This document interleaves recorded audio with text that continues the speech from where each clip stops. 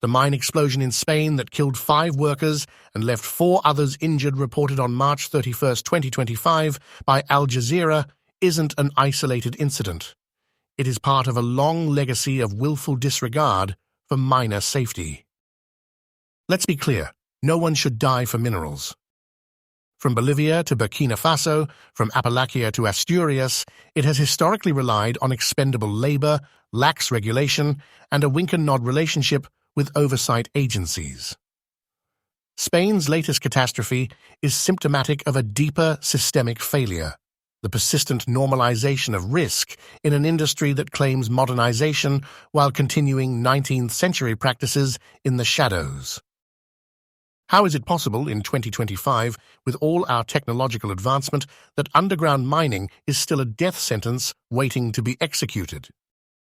Because it's cheaper that way.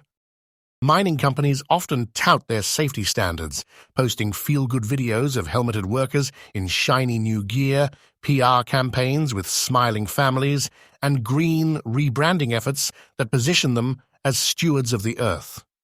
But where was this glossy concern for safety in the Villablino mine? Where were the emergency protocols, the real-time gas sensors, the meaningful inspections? One has to ask, are inspections actual checks or performative rituals rubber-stamped by underfunded, politically toothless regulators?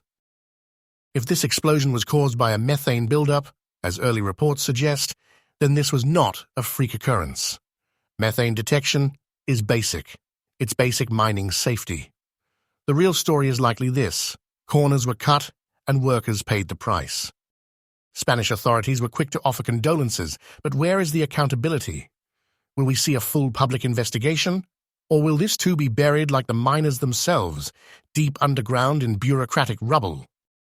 The mining company in question will probably release a statement mourning the loss, set aside a fund for the families, and quietly settle lawsuits out of court with non-disclosure agreements. After the public outrage dies down, operations will resume, business as usual, until the next explosion. And let's not ignore the politicians, many of whom are subsidizing or facilitating mining operations in the name of energy independence or economic growth. It's the same script everywhere: wrap exploitation in the flag and silence dissent with economic fear-mongering. 5 workers are dead. That's not a number. That's 5 families devastated, 5 communities torn apart, 5 futures snuffed out in a fireball that was entirely avoidable. Mining doesn't have to be deadly. We have the technology. What we lack is the will, the political, corporate, and societal will to treat miners not as disposable labor, but as essential workers deserving of real protection. Until that happens, this will keep happening.